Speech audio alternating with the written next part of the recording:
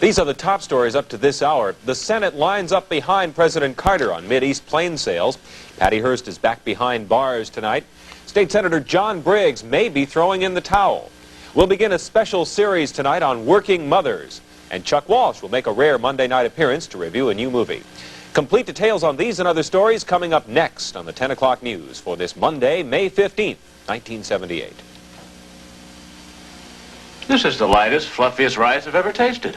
It's new success. Better than that instant rice we had last time. Instant can be sticky, but see how success rice is light and fluffy? What's the secret? Success's special boil-in cooking bag. Comes in a bag? Mm-hmm. See the holes? They let the water boil through while the bag protects every delicious grain. So in just 15 minutes, I get the lightest, fluffiest rice I've ever tasted. Get the taste of new success. Delicious. Thank you. I'm tired of the beach. Let's do something else. I'm tired of the snow. Let's do something else. I'm tired of the desert. Let's do something else. Oh, next you'll be getting tired of me. You? Maybe. Your Porsche? Never. Whatever you do in California, do it with a Porsche 924. Nothing even comes close.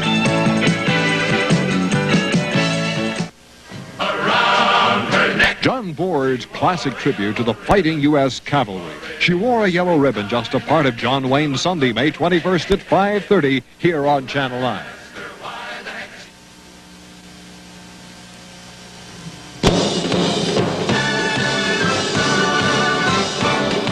The award-winning 10 o'clock news with Nathan Roberts, Ann Kessner, Chuck Walsh, and Lynn Shackelford with sports.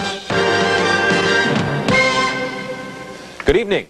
President Carter won a major victory tonight. The Senate has voted to endorse his plan to sell jet fighters to Israel, Egypt, and Saudi Arabia, despite intense opposition from Israel and its supporters. The vote was 54-44 to approve the sale of 75 F-16s and 15 F-15s to Israel, 60 F-15s to Saudi Arabia, and 50 less sophisticated F-5Es to Egypt. The president has said that he is deeply gratified by today's vote, but the Israeli government reiterated its deep concern about the jet sales to two of its Mideast adversaries. As part of his lobbying to get approval of the sale, Carter also promised more planes for Israel in the future, and the Saudis pledged not to use the planes they're purchasing against Israel.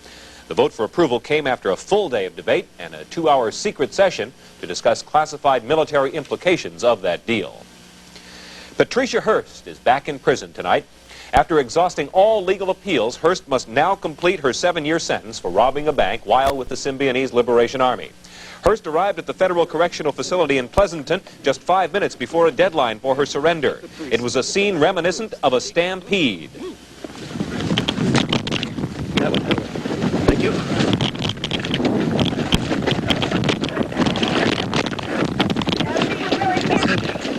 Well, Hearst has to serve at least 14 months before she is eligible for parole. Her angry father, William Randolph Hearst, said his daughter has been victimized by the criminals and by the courts. From the time of her kidnapping on, or particularly from the time of her trial on, there has been a constant sort of theme that because she's from a rich family, she should be treated like anyone else. I just wish to God she had been treated like anyone else. If she was anyone else, the SLA wouldn't have kidnapped her.